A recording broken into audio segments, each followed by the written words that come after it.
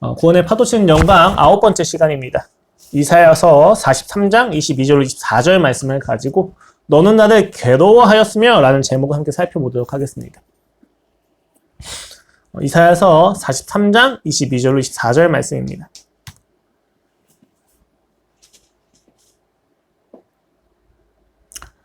모두 찾으셨으면 제가 읽어드리도록 할게요.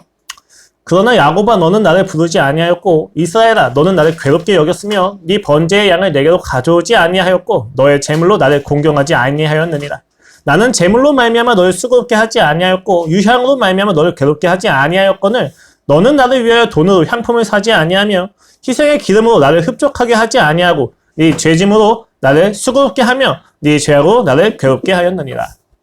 함께 22절로 23절 말씀을 함께 읽도록 할게요. 시작.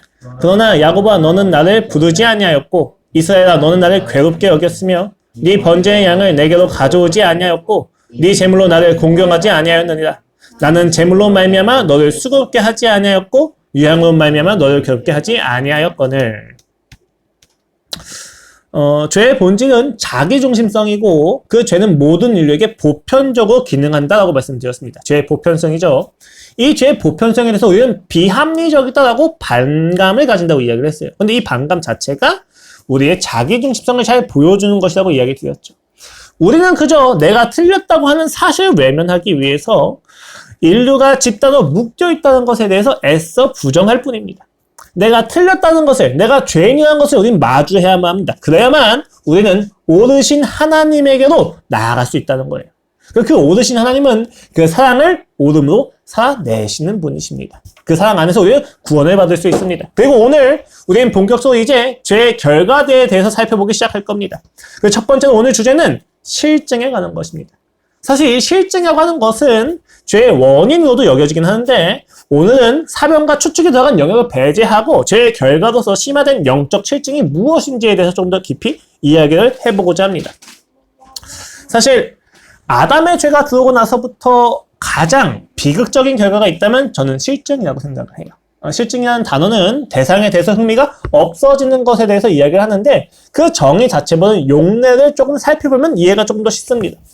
어릴 때 아버지가 사주셨던 장난감을 좋아했지만 커서는 실증이 나서 방 한켠에 놓아두었다. 그 게임은 처음에 재밌었지만 금방 실증이 났다. 이런 것들의 용례를 보면 우리 이 실증한 것이 처음에는 즐거워했지만 더 이상 즐겁지 않아서 그것을 추구하지 않는 상태를 의미한다는 것에 대해서 이해할 수가 있어요. 좋아하는 상태도 아니고 싫어하는 상태도 아닙니다. 오히려 그 중간에서 정체되어 있는 감정, 그것이 바로 실증입니다. 이러한 실증이 신앙의 여정에서도 분명히 존재한다는 사실을 우리는 기억해야만 합니다. 실증은 명사가 아니라 동사로 나타나는데 주로 하나님을 주어로 삼아서 나타날 때는 하나님께서 불쾌해하신다 라고 하는 의미를 지녀요. 그런데 오늘 우리가 볼 실증은 주체가 하나님이 아니라 우리입니다. 인간이에요. 그리고 그 실증의 대상이 하나님에 있습니다. 어느 날부터 예배를 드리는 것이 의무로 느껴지고 설교자의 말씀이 나도 알고 있다는 지적인 우월감에 시달려서 들리지 않고 예배의 감격부터 멀어지는 상태에 있다면 모두가 눈물을 흘리고 하나님의 이름을 부르짖는 그것을 보면서도 나도 그랬었지 라는 생각이 든다면 그리고 그렇게 방관하고 있다면 우리는 이미 실증 가운데 있다는 것을 알 수 있습니다. 심지어 내가 어쩌다가 이런 상태에 이르게 되었지? 왜 나는 지금 하나님과 전혀 무관하게 살아가고 있는 거지? 난 어떤 부분이 잘못되었을까라고 하는 그 혼란 속에 빠져 있다면 이건 역시도 영적인 실증의 결과를 이미 경험하고 있는 중에 있다고 생각하시면 됩니다. 우리가 짓는 모든 죄는 이 실증으로부터 비롯됩니다. 이 실증은 무엇이며 그 본질이 어디에 있으며 어디서 파생했으며 어떤 결과를 낳는지 그리고 이 실증으로부터 우리가 구원을 받는다는 것은 어떤 의미인지에 대해서 오늘 본문을 가지고 살펴보고자 합니다. 오늘 본문은 이사야서죠. 이사야서는 아시리아가 굉장히 부흥하고 있었을 때 남유다에서 이사야 선지자가 나타난 것을 배경으로 합니다. 아시리아가 부흥을 하자 당시에 남유다를 둘러싸고 있는 시리아와 북이스라엘이 함께 공존을 하자라고 이야기를 해요. 그런데 이때 아하스, 즉 우시야 왕의 아들인 아하스는 우시야 왕이 개혁을 일으켰고 요담이 대충 살았고 그 다음에 아하스 왕이 나타나는데 이 아하스는 친아시리아 정책을 펼쳐요. 이때 시리아와 북이스라엘이 친아시리아 정책을 펼치고 있는 남유다의 아하스 왕을 공격을 합니다. 포위를 하는 거죠. 이때 아하스 왕에게 나타난 것이 이사야예요. 그리고 아하스 왕이 찾기도 했던 거죠. 이 이사야로부터 임마누엘의 약속을 받고 구원을 약속받았지만 결국 아하스 왕은 친아시리아 정책을 계속 펼치면서 결국 아시리아의 속국이 돼요. 그래서 시리아와 북이스라엘은 아시리아에게 멸망을 당하고 그리고 나서 아하스가 있는 남유다는 아시리아에게 복속되기 시작합니다. 그리고 나서 나타난 사람이 히스기야예요. 이 히스기야는 이집트와 블레셋과 동맹을 시도하면서 결국 아시리아에게 반아시리아 정책을 내리면서 대적을 하는 거죠. 이때 산헤립이라고 하는 사람이 와서 공격을 받고 이사야는 그에게 약속을 하는 것을 통해서 히스기야가 또 승리를 경험하게 돼요. 그런데 이때 히스기야가 또 교만해져서 바벨론 왕, 그러니까 당시에 신강적으로 부상하고 있는 바벨론에게 자신의 궁전과 성전에 있는 모든 부분을 공개하면서 오히려 하나님 앞에 죄를 짓게 됩니다. 그래서 유다마저도 결국 바벨론에게 멸망을 당할 수밖에 없는 배경을 가지고 있는 거예요. 이사야는 지금 제가 여기서부터 여기까지 말씀드린 그 모든 역사를 함께하고 있어요. 그리고 히스기야가 죽고 나서 그 아들 므낫세가 타락한 왕으로 통치를 할 때 이사야가 자신이 받았던 메시지를 모두 정리하는 게 이사야서예요. 이 모든 역사를 다 경험한 이사야가 마지막으로 자신의 인생의 끝에서 타락한 왕을 보면서 이스라엘 백성이 꼭 알아야만 하는 하나님에 대한 내용을 써놓은 것이 바로 이사야서라는 이야기입니다. 이 이사야서는 크게 세 가지로 나눠져요. 1장에서 35장까지는 히스기야가 나타나기 전까지. 그리고 36장부터 39장까지는 히스기야의 이야기. 그리고 40장부터 66장까지는 히스기야가 범죄한 이후에 받은 메시지에 대한 이야기입니다. 일부는 아시리아와의 관계 속에서 이스라엘이 열방과 함께 죄를 지은 것에 대해서 심판과 구원이 있을 거다. 2부는 역사적 사실을 통해서 하나님을 믿으면 이렇게 너희가 구원을 받을 수 있다. 3부는 바벨론과의 관계 속에서 이스라엘 역시도 그 심판과 구원에서 벗어날 수 없다라는 이야기를 합니다. 결론적으로 이스라엘 백성은 바벨론에게 멸망을 당할 수밖에 없을 만큼 죄를 짓고 있고 그 죄에도 불구하고 하나님은 결코 포기하지 않으신다는 것이 이사야서의 핵심 메시지이기도 합니다. 어이쿠, 네. 그렇죠. 오. 아니, 나가야 돼요? 이거 아래만 좀 잘 맞춰줘요. 했어. 자르고 쓰면 돼서 괜찮아요. 자, 그리고 오늘 본문을 보면 뭘로 시작합니까? 그러나입니다. 앞에 있는 본문의 의미에서 반전이 있다는 이야기죠. 그럼 앞의 내용이 무엇입니까? 앞선 이야기는 하나님께서 그들의 바벨론에 포로를 보내셨다가 결국 다시 돌아오게 하셔서 새로운 일을 하실 거야 라고 하는 내용이에요. 하나님께서 새 일을 하실 겁니다. 그들의 삶을 구원하실 겁니다. 바벨론에 포로된 시간들이 그들의 구원을 취소시키지 못하면 하나님과 이스라엘 백성의 관계를 취소시킬 수 없습니다. 그런데 오늘 본문은 그러나로 시작합니다. 하나님의 구원을 하실 거예요. 그러나 그들은 하나님을 부르짖지 않았습니다. 하나님의 구원을 하실 겁니다. 그러나 그들은 하나님을 괴로워했습니다. 여기 괴로워한다는 말은 원어로 야가였다고 하는 건데 몸과 마음이 지쳤다라는 의미를 가지고 있어요. 피곤해한다라는 의미고 실제로 다른 번역에서는 실증을 내다라고 이야기가 되어 있습니다.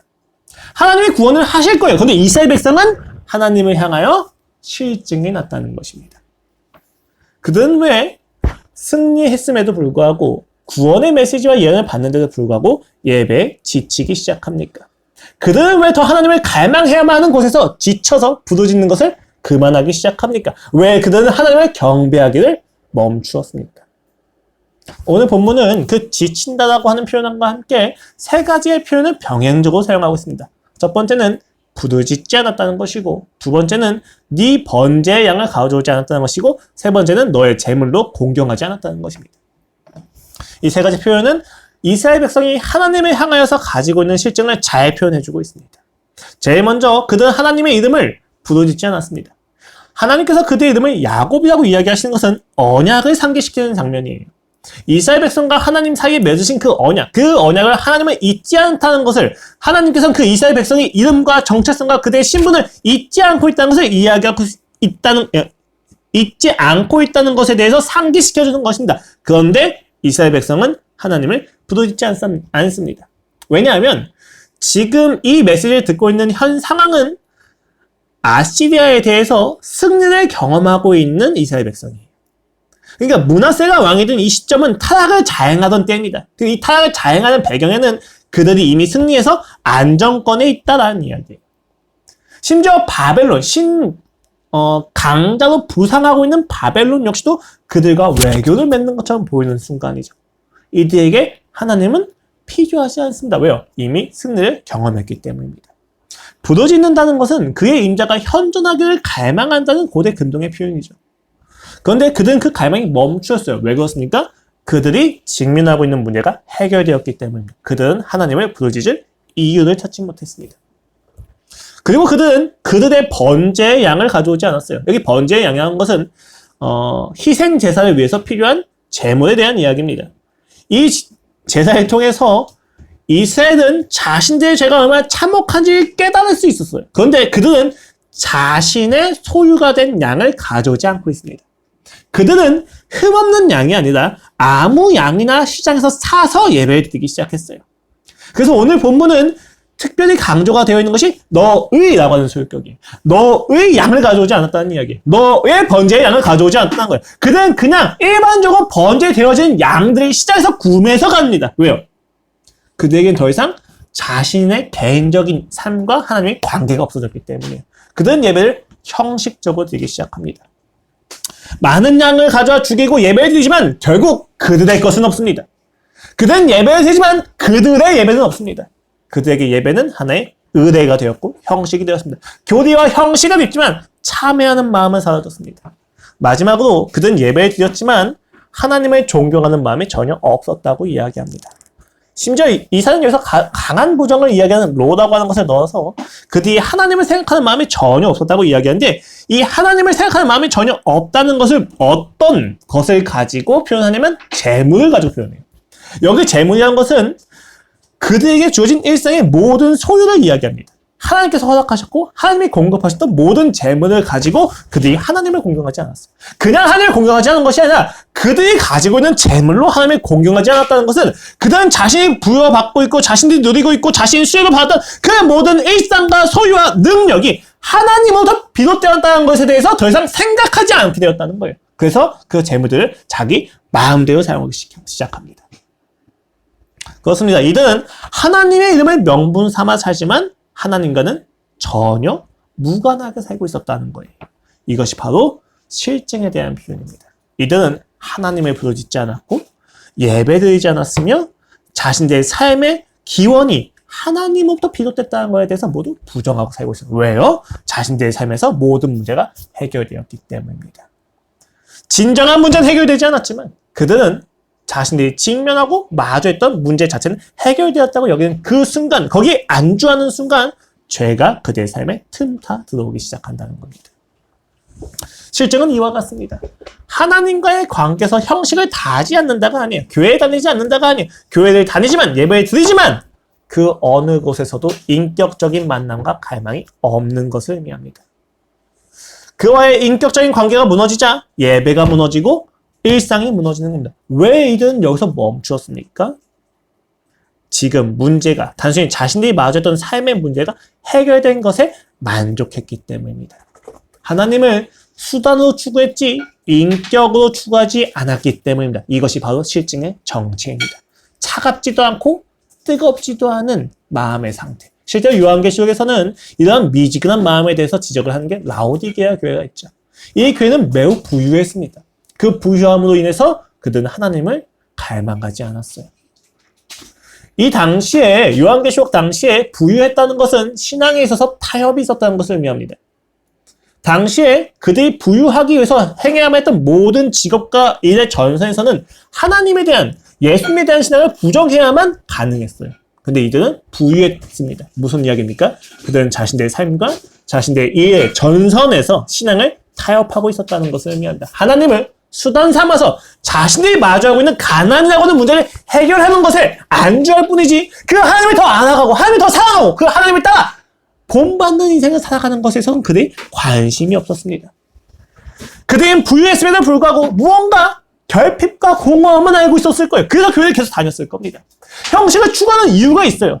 그들이 기독교에 떠나지 않았다는 이유는 자신들의 부유함에도 불구하고 결코 애써 지울 수 없는 공허함이 있었기 때문입니다. 그러나 그는 그 사실을 애써 외면하면서 오늘에 만족하고 그 부유함을 가지고 자신들이 영적으로 게으르다는 사실에 대해서 합리적으로 합리화하고 있었을 것입니다. 이것이 그들의 실증입니다.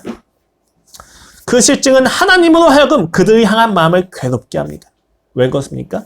나아가지 않는다는 것은 정체되어 있다는 것을 의미하지 않고 퇴보하고 있다는 것을 의미하기 때문입니다. 내가 하나님께 나아가지 않는다는 것은 내가 하나님으로부터 멀어지고 있다는 것을 의미하기 때문입니다. 이것이 실증의 무서움입니다. 우리가 하나님을 더 이상 추구하지 않는 그 순간, 내가 오늘 이 시간 만족하는 그 순간, 죄는 나를 틈탑니다. 우리는 이 실증부터 구원을 받아야만 한다는 것입니다. 예배가 귀찮아지고 말씀이 당연해지고 기도가 의례적으로 진행이 되고 있다면 여러분 경계하십시오. 여러분의 삶에 실증이 들어온 순간입니다. 이 정체감 속에서 실증은 죄를 더욱더 적극적으로 받아들이게 하는 통로가 됩니다. 생각에 영향을 미쳐서 말씀의 미각을 빼앗고 그 말씀의 진위 여부에 대해서 합리적으로 생각하게 하고 회의하게 만듭니다. 감정에 영향을 미쳐서 하나님과의 관계에서만 누려지던 마음의 평안을 혐오하게 만듭니다. 하나님은 그들에게 억압이 되기 시작합니다. 의지에 영향을 미쳐서 죄와의 관계 속에서 그 영적 전투에서 결단을 해야 되는데 그 결단을 하지 못하고 막습니다. 인간의 지정에 영향을 미친 실증은 이내 현재 만족하는 인생을 안정시키기 위해서 이 만족하는 인생을 무너뜨릴 수 있을 만한 것에 대해서 염려로 바뀌기 시작합니다. 마음이 나눠지는 거예요. 그 염려 속에서 인간은 하나님을 붙잡지 않고 오늘 나의 인생을 안정시켜줄 수 있는 소유와 능력, 이스라엘로 치면 강한 군사력과 탁월한 외교 능력에 더욱 집착하게 만듭니다. 그러나 여러분 집착하면 집착할수록 지치고 공허해지기 때문에 휴식을 취하게 되고 그 휴식 가운데서 우리는 더욱더 하나님을 떠나서 세상을 만족하기 시작합니다. 하나님에 대한 열렬함은 줄어들고 하나님은 경험되지 않습니다. 그리고 나는 더 이상 세상과 다를 바 없이 살아가게 되는 것입니다. 하나님을 향한 우리의 마음이 진공 상태가 될 거라고 생각하지 마십시오. 하나님을 향한 마음이 없으면 나의 마음이 비어있겠구나라고 생각하지 마십시오. 인간의 마음은 결코 비워지지 않습니다. 하나님을 향한 열감이 줄어들면 그 순간부터 세상을 향한 사랑이 우리의 마음에 가득해집니다. 하나님으로 가득 차지 않은 곳에서 우리는 세상을 넣고 우상을 우겨넣으면서 우리의 공허함을 달래려고 하지만 우리의 공허함은 결코 채워지지 않는다는 것이 비극입니다. 이것이 실제의 가장 큰 비극이에요. 어떤 대상을 채워 넣더라도 우리는 실제에서 벗어날 수가 없습니다. 계속해서 실증이 나요. 사랑도, 게임도, 마약도, 운동도, 관계도 우리는 모든 가치에 대해서 신문을 삼키면서 실증을 냅니다. 재미가 없어지는 거예요. 즐겁지가 않습니다. 아무것도 안 하기에는 살아갈 동력이 필요하긴 하지만 그래서 이것저것 하지만 어떤 것을 하더라도 나의 인생에 재미가 없으면 해결되지 않아요. 지루해집니다. 심심해집니다. 그렇게 이 실증은 우리를 더욱 강하게 얽어매면서 끝나지 않는 악의 다툼으로 우리를 끌어갑니다. 이 실증은 죄의 결과로서 우리가 가지고 있는 저주와도 같아요. 왜 그렇습니까? 이 실증이 우리를 더 깊고 더 거대하며 더 항거할 수 없는 죄로 끌어가기 때문이에요. 이렇게 끌어갈 수밖에 없는 이유는 결국 실증의 본질도 죄이기 때문이에요. 내가 나 자신을 중심으로 생각하기 때문입니다. 문제점은 이 실증과 관련해서 자기 중심성의 문제점은 인간은 한계가 너무 명확하다는 거예요. 이것이 내게 만족을 줄 거라고 생각하는 인식 자체가 글러먹었습니다. 그래서 만족이 안 된다는 거죠. 여러분 생각을 해보세요. 제가 예전에 롯데월드를 갔어요. 롯데월드를 가서 꼭 타는 놀이기구 중에 하나가 자유로드롭이에요. 아시나요? 이렇게 둥글게 쭉쭉쭉 이렇게 동글동글 이렇게 동글동글 이렇게 굴러가면서 이렇게 돌면서 올라가죠. 올라갔다가 한 번에 훅 떨어지는 거죠. 너무 재밌어요. 예전에 저희 아내와 함께 갔는데 제 아내는 무서워서 못 합니다. 제 아내가 무서워서 못하면 제가 자유로드롭 탈까요? 안 탈까요? 열심히 타죠. 당시에는 사람도 없었기 때문에 혼자 타는데 혼자 타는 것도 한 번 타지 않고 3번을 탔던 걸로 기억합니다. 아내는 혼자 기다리고 있고 저는 3번을 탄 거예요. 그만큼 재밌어요. 그런데 여러분 그렇게 재밌고 즐거운 자유로드롭을 제가 3번 타고 나서 4번째, 5번째, 6번째 탈까요? 7번째, 8번째, 9번째 탈까요? 그렇지 않습니다. 왜요? 아무리 재밌고 아무리 자극적이어도 지겨워지기 때문이에요.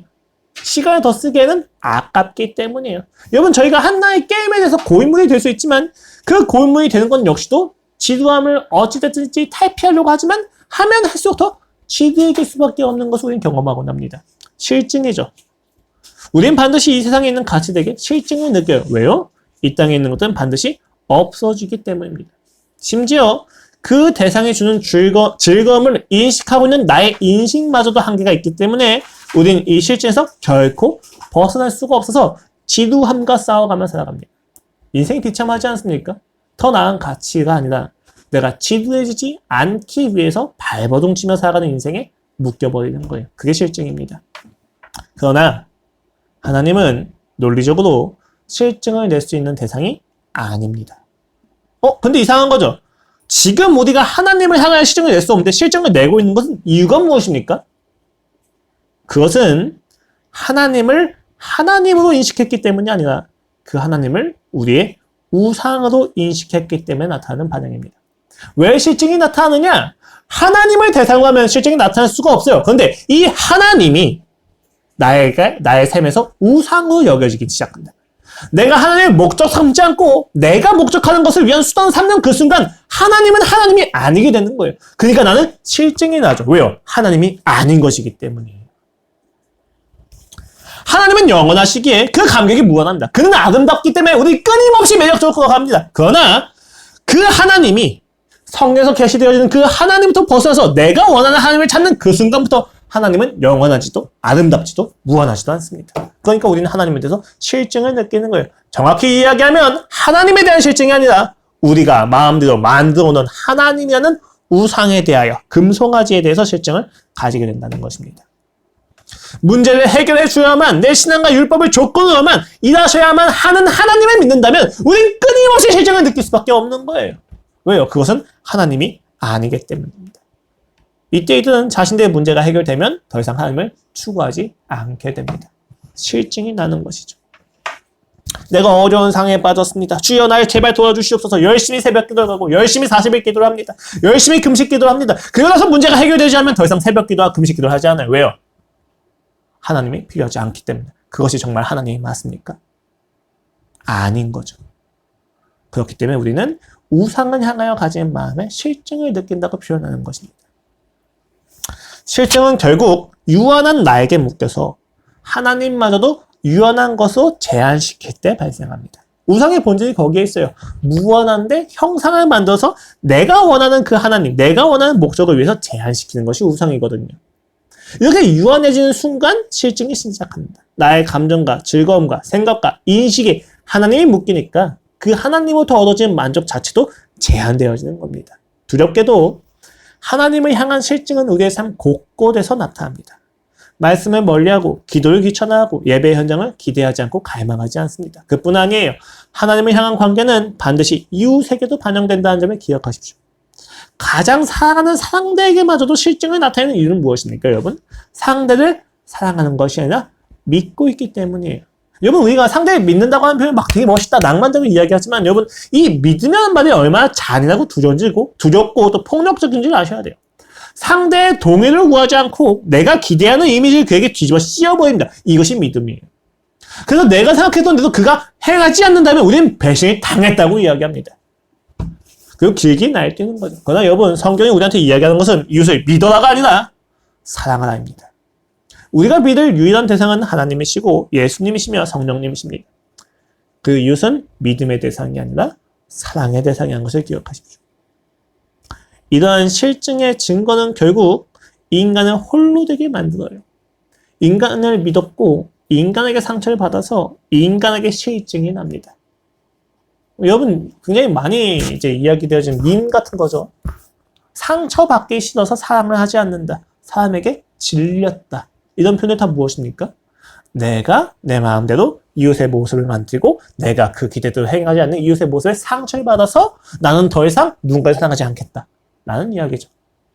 애초에 그가 정말로 사랑을 했는지는 생각을 해볼 필요가 있겠죠. 신앙적으로는 결국 실증이라는 것은 하나님을 향한 것에서 그치지 않고 인간 전반을 향하게 됩니다. 모든 것을 비인격화시켜서 내 수단으로 삼는 거예요. 그렇게 되면 그 인간은 어떻게 됩니까? 결론적으로 혼자가 됩니다. 인간을 믿는 사람들은 반드시 상처를 받고 그 상처를 이겨내지 못하고 회피하기 때문입니다.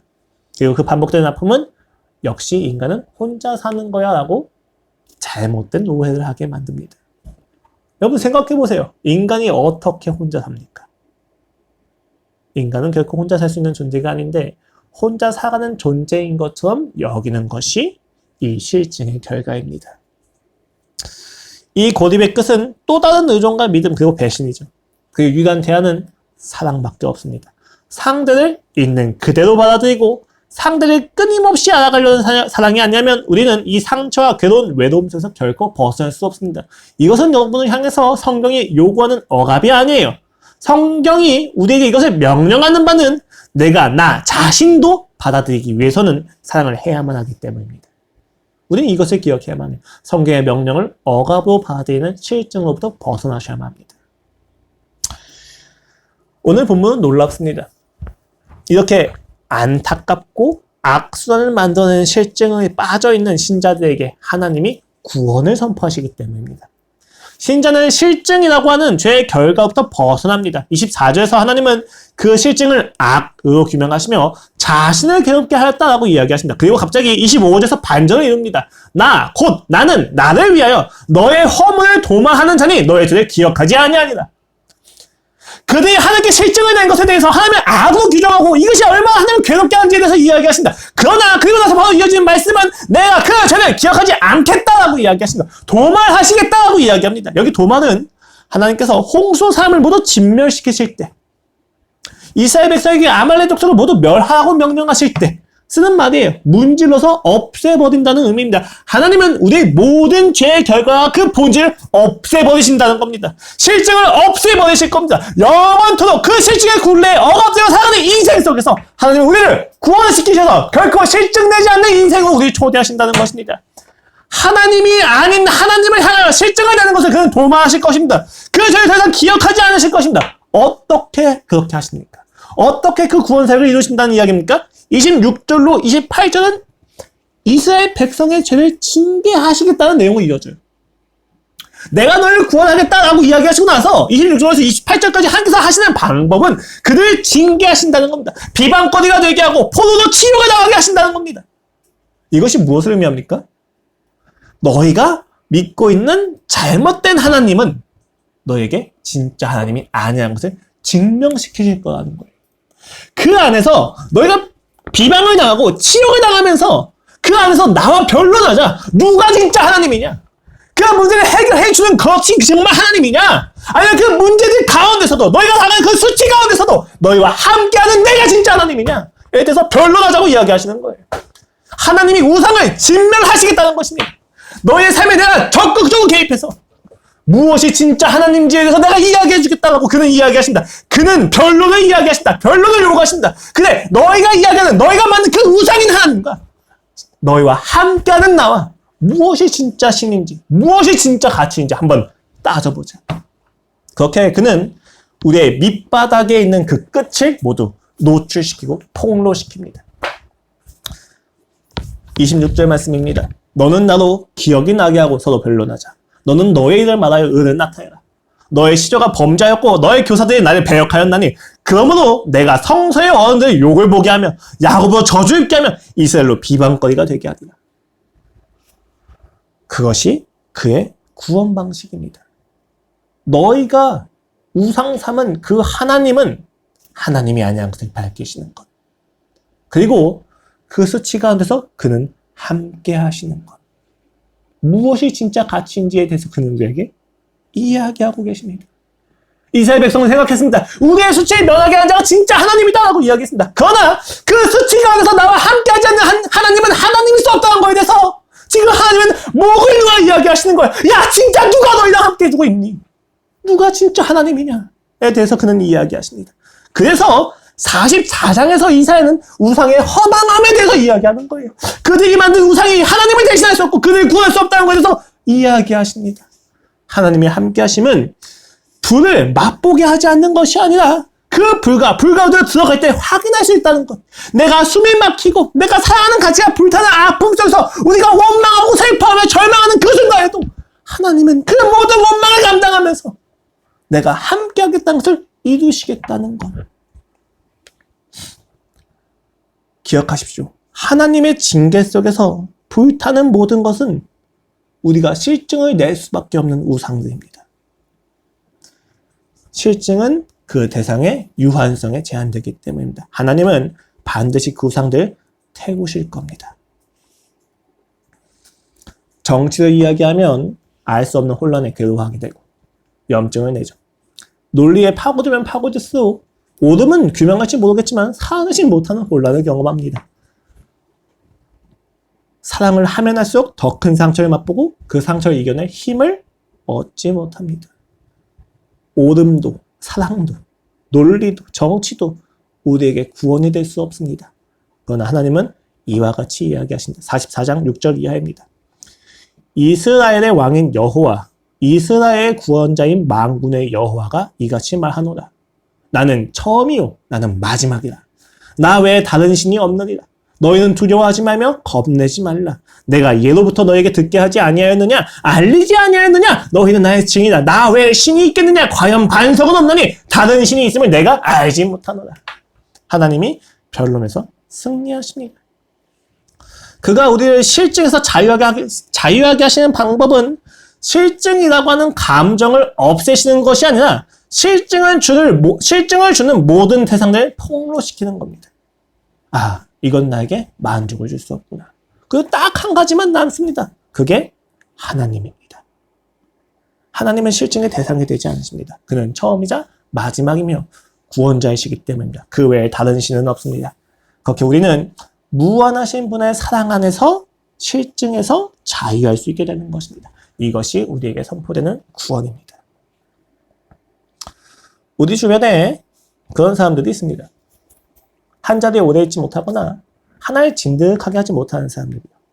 이직이 잦고 연애 역시 오래가지 못합니다. 유행을 따라 구매한 옷이 산적한 그런 사람들 말입니다. 마치 끊임없이 새로운 곳으로 갈아치워야만 기쁨을 맛보는 습성이 있는 것 같은 사람들이 있습니다. 이들의 비극은 무엇입니까? 새로운 것을 찾는 그 여정에서도 단 한 번도 현재에 만족할 수 없다는 것입니다. 가장 큰 만족이 있는 순간에도 그들은 질립니다.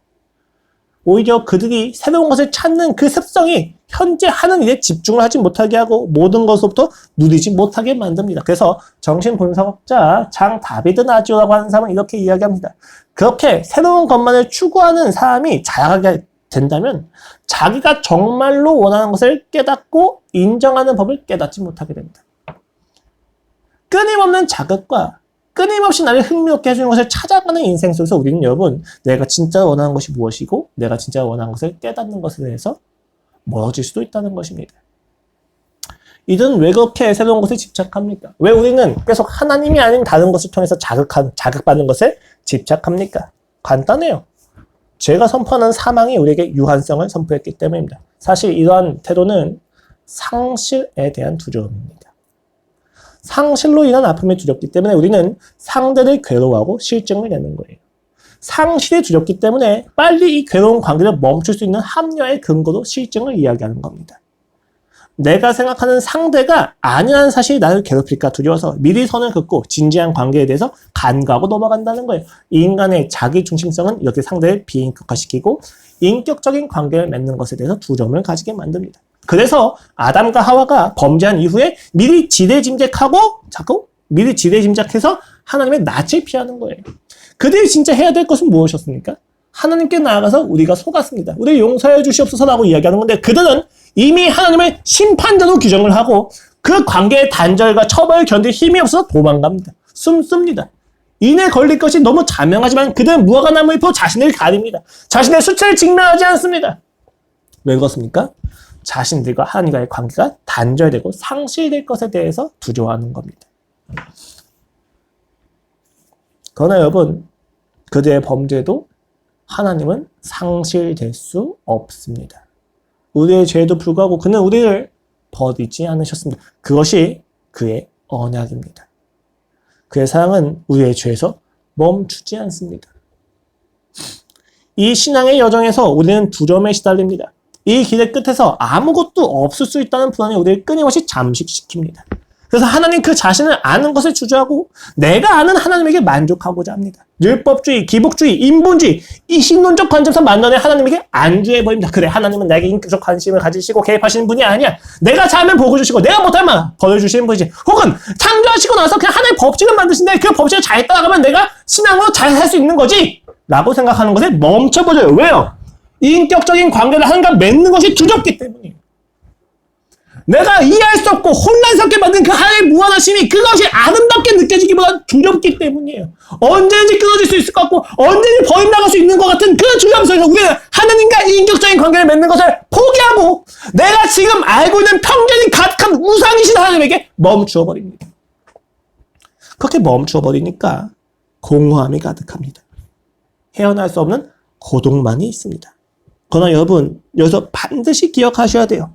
그 모든 두려움을 뚫고 우리를 있는 그대로 받아주시고 함께 하시기 위해서 십자가에서 죽고 부활하신 예수 그리스도의 사랑이 있다는 것을 말합니다. 내가 뚫고 지나가는 것이 아니라 그가 뚫고 오셨다는 것을 우리는 기억해야만 합니다. 그 사랑 외에는 우리에게 구원이 있을 수 없습니다. 여러분이 멈춘 그 발걸음에 힘을 주어 나아가셔야만 합니다. 그가 그렇게 오셨기 때문입니다. 히브리서 12장에서 저자는 권면합니다.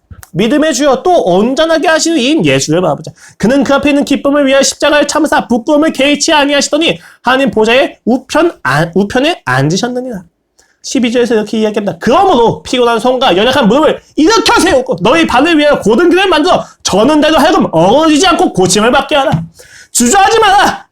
주저함이 있다면 믿음을 온전하게 하시는 예수 그리스도를 바라봐. 너희가 너희의 믿음을 온전하게 하는 것이 아니라 너희가 바라보는 그 예수 그리스도가 완전하시기 때문에 너희가 예수님을 바라보면 너희의 믿음이 온전해질 거란다. 그러니까 연약한 손을, 연약한 무릎을, 피곤한 손을 다시 일으켜 세워라.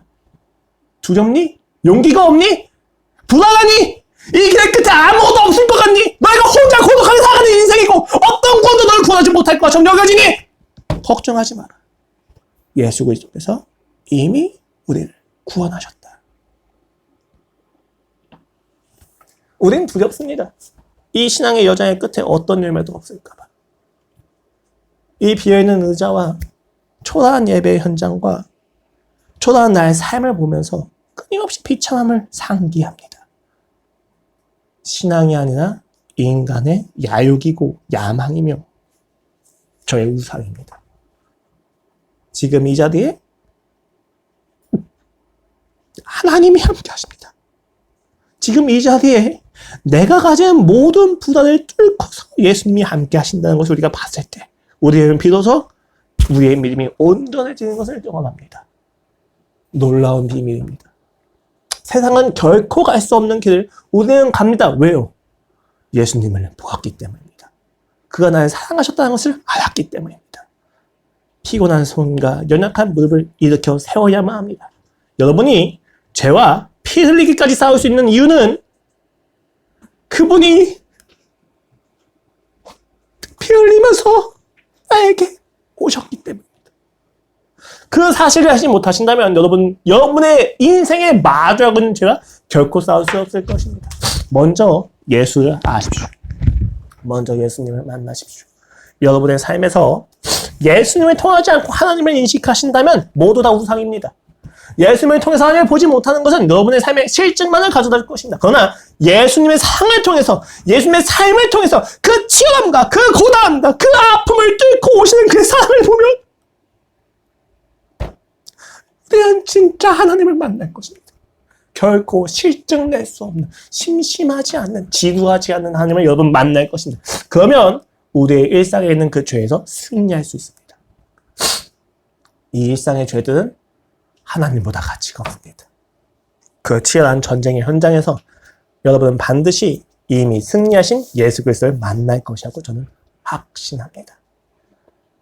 여러분의 일상을 잘 다시 한번 상기해 보세요. 어떨 때 내가 죄를 지었느냐? 간단합니다. 하나님을 향하여서 실증이 났을 때입니다. 하나님이 내게 더 이상 가치가 없어졌을 때입니다. 이 얘기는 곧 여러분을 향해서 가지고 계신 예수 그리스도의 마음을 통해서 하나님을 보지 않았을 때입니다. 예수님을 통해서 하나님을 바라보십시오. 여러분의 삶에 실증이 있는 순간에, 그리고 그 죄가 가치 있어 보이는 그 순간에 이 죄의 끝이 무엇인지를 묵상하시고 다시 하나님에게로 돌아오십시오. 그러면 여러분은 그 승리를 누릴 수 있을 것입니다. 기도하겠습니다.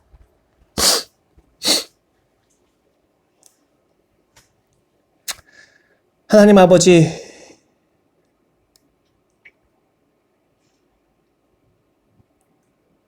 나의 인생에 실증이 가득합니다. 하나님이 아닌 것을 하나님으로 붙잡아서 나의 인생에 공허함이 쏟아집니다. 그 공허함을 참을 수 없어서 주님 세상을 추구했습니다. 너무 세상을 추구한 끝에 너무 멀리 와서 다시 돌아가기가 두려울 때 이 모든 공허함과 불안을 뚫고 오신 예수 그리스도를 만나게 해주시니 감사합니다. 예수 그리스도를 만나니 주여 내가 나아갈 곳이 보입니다. 우리의 열매가 확신됩니다. 소망을 가지게 됩니다. 하나님은 실증이 날 수 있는 분이 아니셨군요. 당신은 끊임없이 나를 이끌어 가십니다. 감사합니다, 주님. 이 모든 지루함과 재미없음 속에서 우리를 구원하신 주님을 더욱 믿고 나아가게 하시옵소서. 그리하여 믿음이 온전하게 되어서 우리가 있는 모든 영적 현장에서 일상의 그 치열한 전쟁터에서 승리를 누리게 하여 주시옵소서. 감사합니다. 예수 그리스도의 이름으로 기도드렸습니다. 아멘.